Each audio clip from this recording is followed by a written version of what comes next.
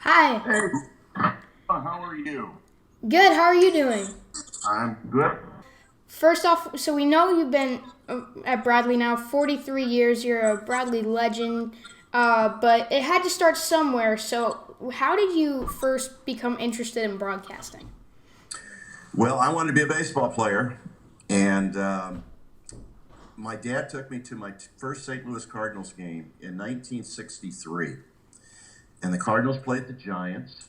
It was a doubleheader, and in that game, the Giants had Willie McCovey, Willie Mays, um, Orlando Cepeda, Jim Rayhart, all these great players, and the Cardinals had Bob Gibson at the time, and I just the whole experience just was unbelievable. I said, "This is the most incredible thing I've ever seen. I've seen see a baseball game live in a big league park." So I wanted to be a baseball player, but I always would listen to Harry Carey, and my dad would take us to Sportsman's Park for a lot of times. My dad was a big Cincinnati Reds fan. I'm not sure why, Mm. and so I wanted to be a baseball player, and I played baseball growing up. And in my sophomore year of high school, just before the baseball season started, I was playing a pickup basketball game, and went up for a shot and broke my finger on my throwing hand. Oh. So I could not play for a while, so I got involved in forensics and speech at my high school, and I really got into it. And one of the events was called radio speaking. And so I learned how to read because there are differences when you are reading something. There's a difference between reading the words and telling a story. Mm-hmm. So I learned how to do that, and I competed. And my senior year, I won the state championship for Pekin High School, which I went to. Which you probably have heard of Pekin. It's right next door to Peoria. And I started in my junior year of doing play-by-play for football and basketball with a guy named Bruce Sowers, who actually bought the Peoria Rivermen Oh, when really? he was in a car dealership and made a lot of money. So he bought the dealership there. But for 2 years, I did the play analyst work, the play-by-play he did, until the tournament. They had a Pekin Holiday tournament every year where they had 8 games a day for 3 days. And obviously, he couldn't do all of the games. So I started doing play by play when I was a junior in high school. And then it really developed. In my senior year, I wrote a speech. Uh, the local radio station had a class every Saturday that I went to teach you about radio, how to run the board. And in those days, you had to have a license to run the equipment. So I went to that. We studied, and I went to Chicago and took the test and passed it. So on January 1st,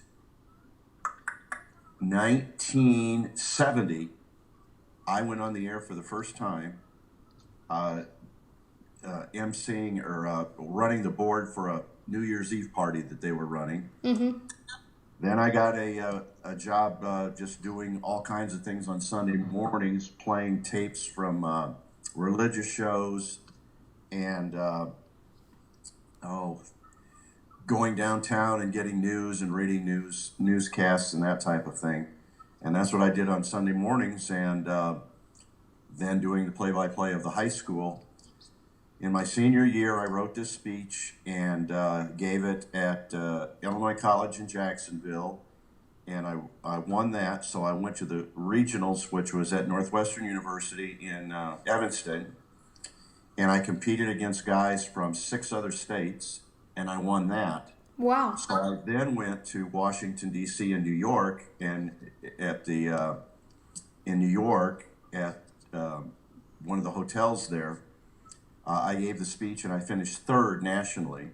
So that gave me money and I went to Illinois Central College for my first 2 years of college, and then transferred for Bradley. In the meantime, I kept doing high school play by play and whatever. And after I graduated from college, I went to the Phoenix Suns. I worked for the Phoenix Suns basketball team, where I was in sales, and I would sell group events to like Boy Scouts and all kinds of group sales for Phoenix. And the Suns, the year before, had played Boston in the championship, in the NBA championships, and lost in 6 games. And so networking is so important, just like you're doing, talking to different people, getting to know them. And so I met Al McCoy, who's still doing the play-by-play in his 80s of the Suns. He doesn't travel as much, and I learned a lot from him and Jerry Colangelo and all of the people that played for the Suns at that time. And one of them was Paul Westphal, who just passed away. And I was there for a year, came back. I thought I was going to back. I got in television in my sophomore year of college and did weekend sports there. And while they were going to hire a full-time guy, and I wound up working for the whole summer, Monday through Friday. So one, I made a lot of money for that time, and secondly, I got a lot of experience. So when I came back from Phoenix, I was going to try to get a job in television, but I didn't. I maintained doing morning radio shows and play-by-play for another station there. And the final year, Morton, which is also near Peoria, they had a team that was undefeated that year, and they were really, really good. And so I did the play-by-play, and people would listen to their games because they were so good. Mm-hmm. They wound up losing in the sectional final, actually, to Peoria Central.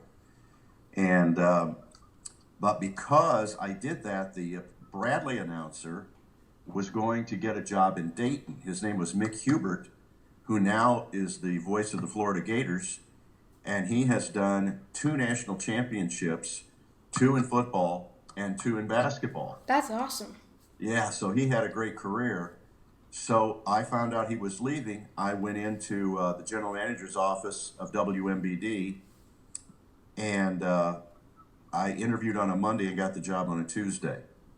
So I worked for WMBD Radio and Television from 1979 to 2001.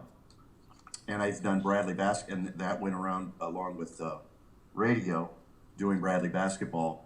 And so that's where that started. My first game was in Anchorage, Alaska, the Great Alaskan Shootout, and Bradley played Kentucky. That'd be a good matchup. Yeah, that in the first game. And on that trip, see, I do impersonations.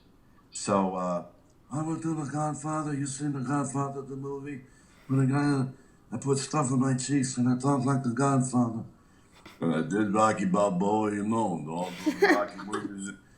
So we travel from Peoria to Chicago, and then Chicago to Seattle. And the flight from Chicago or to Seattle to Anchorage is longer than the flight from Chicago to Seattle.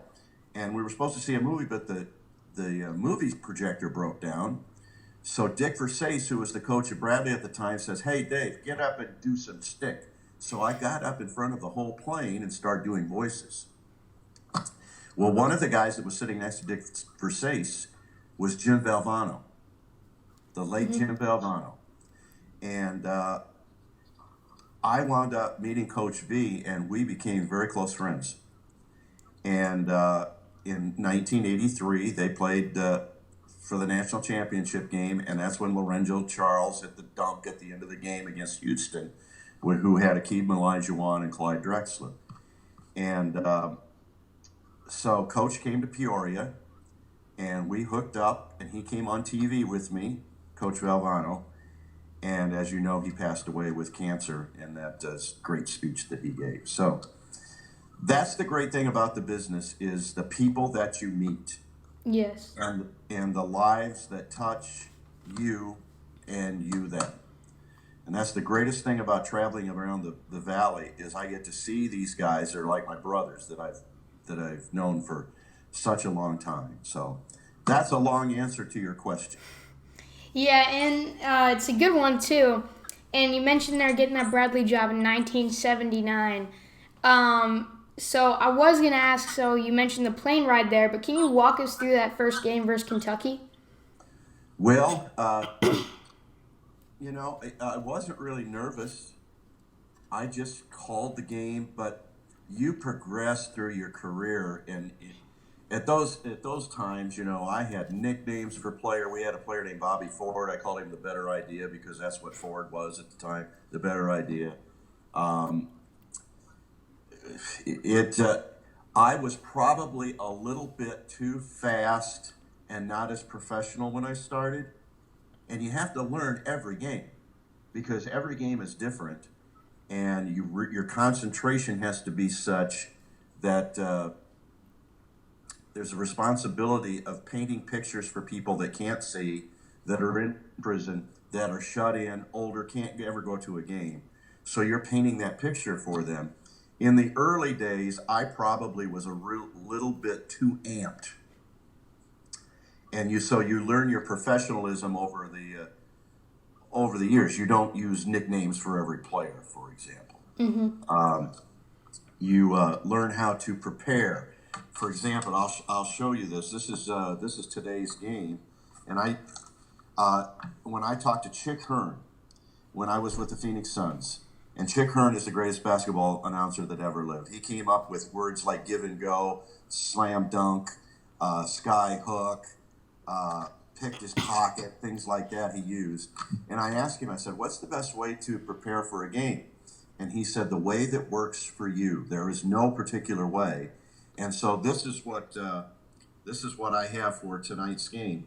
And I have two sides of this, one for Bradley and one for Indiana State. Then I have total points for a career. I don't know if you can see this very well. For a career on one side, and then I have other games that are being played today. Yeah. And on the back, I have keys to the game and just other notes like this. So I have it on a vanilla folder, and I learned this from a guy from Cornell. Bradley played in a game in a tournament at Michigan State, and they played Eastern Washington in the first game, and Cornell played Michigan State. So the supposed matchup in the championship game was going to be Bradley and Michigan State. Well, Bradley lost to Eastern Washington, so we wound up playing Cornell, and that's an Ivy League school. So their play-by-play announcer used these folders and all of the stuff on his folders. Well, the best thing that you can do is just like a coach.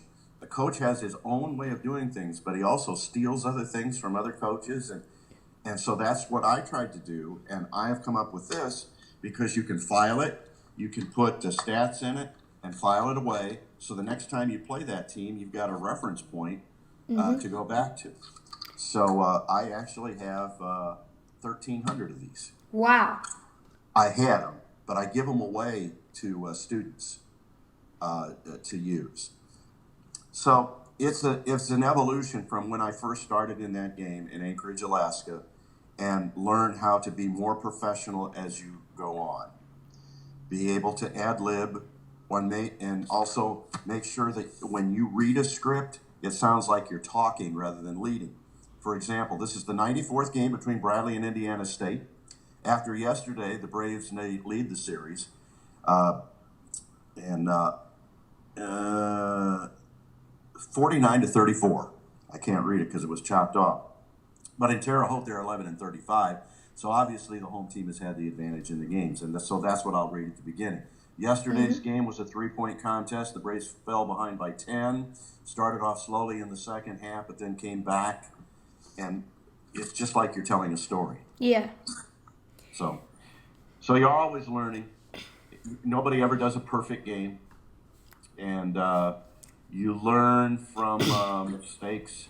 If you make a mistake, you never say "I'm sorry," because it underlines the mistake. You say "make that" or "check that," and then say it. Because if you say, and I tell this to my class, I teach a radio and TV play-by-play class. I said, if you say "sorry," then that underlines your mistake, and people will say, "Well, he just made a mistake." Yeah. The pros say, "Check that" or "make that." It sounds better. All right, I'll be sure to use that. Okay, all right. So you mentioned 43 years of Bradley. You've learned a lot over this amount of time. And you've seen a lot of games. You mentioned 1,300 consecutive. So you've seen quite a bit. But over all of that, what have been some of your favorite memories or moments at Bradley calling their That games? one is easy. Percy Hawkins had 63 points in one game against Detroit. Following Hersey's whole entire career over 30,000 points.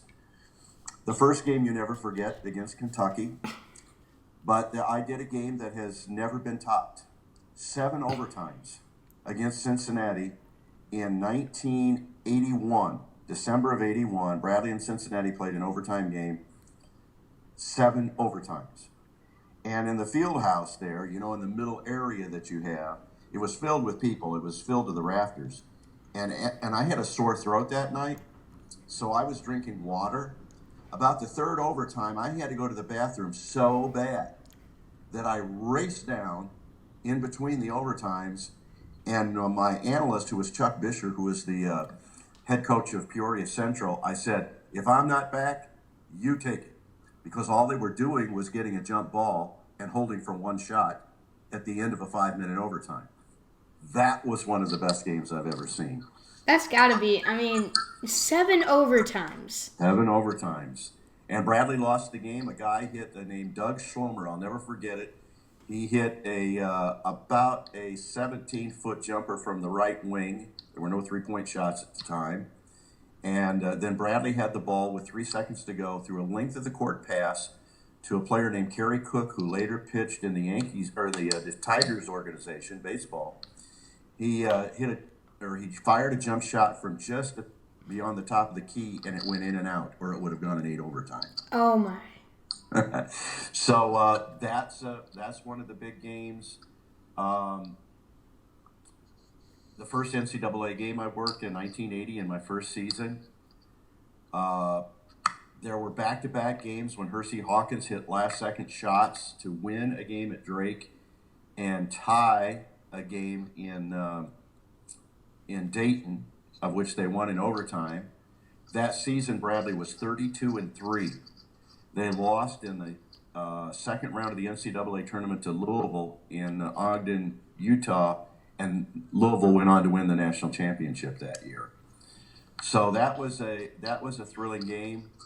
The NIT championship game in 1982, Bradley was the first team not to make the NCAA tournament after winning the regular season championship. They lost in the semifinals to Illinois State at the Fieldhouse because David Thirdkill, who was the second leading player on that team that year, twisted an ankle and missed the game.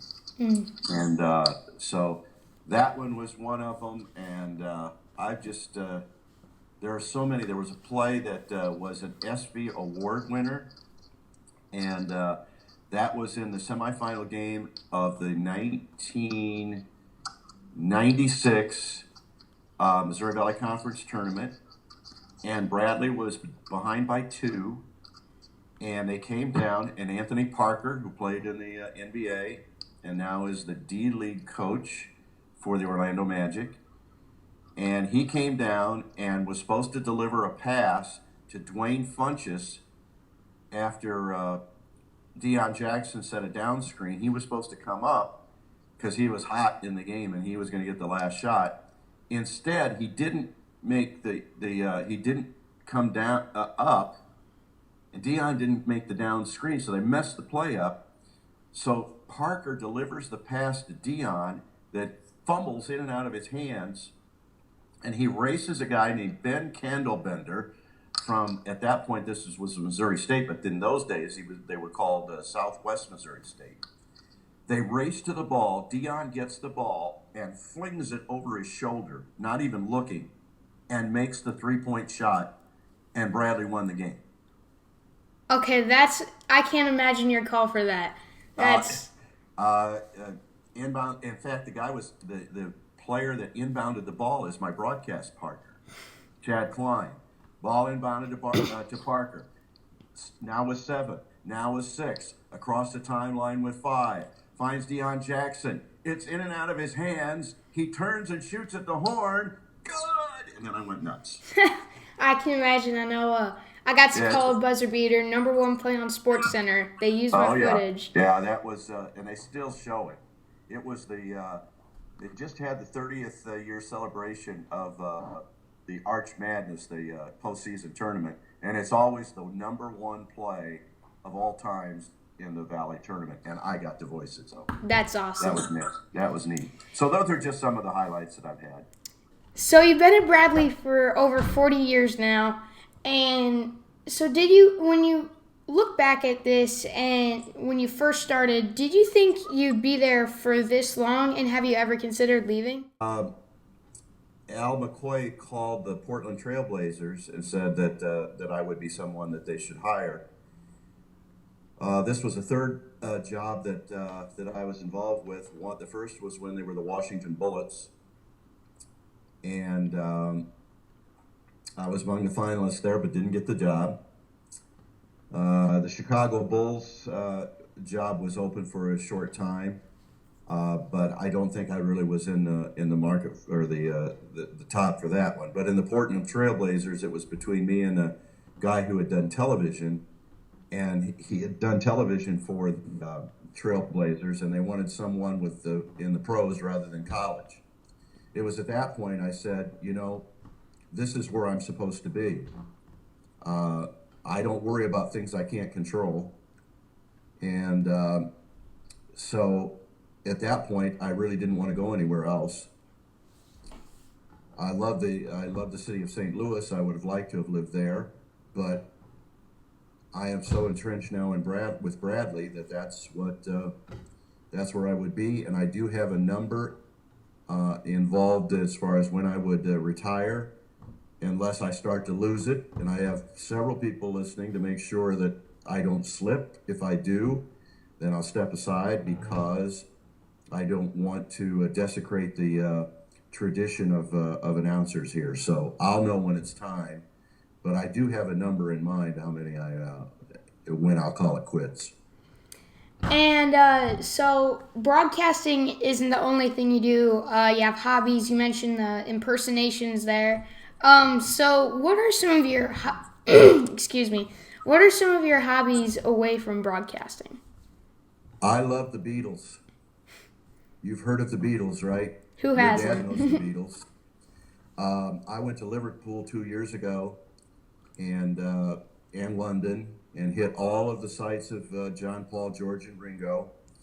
So that's I have my basement filled with memorabilia of the St. Louis Cardinals that I've collected over the years, my broadcast career, and the Beatles. Those are my three things, and I love to travel. I've been to a lot of cities. I was a fundraiser for Bradley for a while on the East Coast. So I got to meet a lot of people, the Bradley grads from the East Coast, and that was terrific. And I've been to every state but two, Montana and North Dakota. Those are the only states that I have not been. So I like to travel. I love the Beatles, and just enjoy meeting people and going to travel to different places. So my parents are both passed. And my brother lives in Pekin still. My sister lives near Nashville, Tennessee. So I have no children. My wife and I live in Peoria, and we have a condo, and we have 2 cats. So to finish out the interview here, I got some would you rather questions. Are you up for them? Okay, I'm ready. All right. Yep. So do you prefer Italian or Mexican food? Ooh, that's a tough one because I love them both.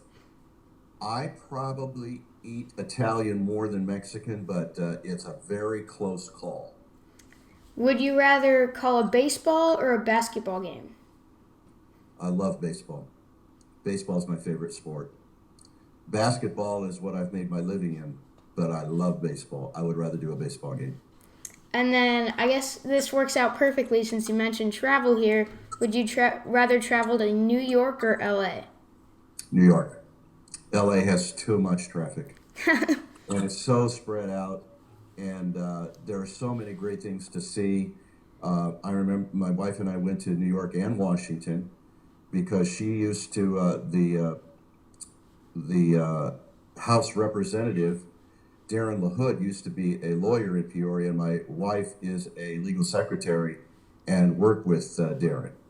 So he got us into the White House and into the Capitol and all kinds of things like that, and see the Smithsonian, all the museums and all the monuments. And in New York, we got a chance to visit the Freedom Tower and the 9/11 Museum, and that was very touching. We ate Italian at on Mulberry Street, where all the Italians live. They filmed part of The Godfather, that movie, at that place in Central Park. So New York, and always go by the Dakota and pay my respects to John Lennon at the strawberry fields across the street. All right, well, that's all I got for you for the interview. Thank you so much for taking the time to do this. Noah, you're really terrific, and everything that John said about you was absolutely right on. I think you're a terrific young man, and anytime that I can ever help you in your career, you know how to get a hold of me at this number, and we'll talk again, okay? No problem. Thank you so much. You're a very bright young man. Tell your dad that I'm proud that a Bradley graduate and somebody that grew up across the street produced such a great young man. Well, thank you so much. I really appreciate it. You're welcome. You have a good day. You too. Okay. Nice talking with you. Great talking with So you long. too. Bye. Bye-bye.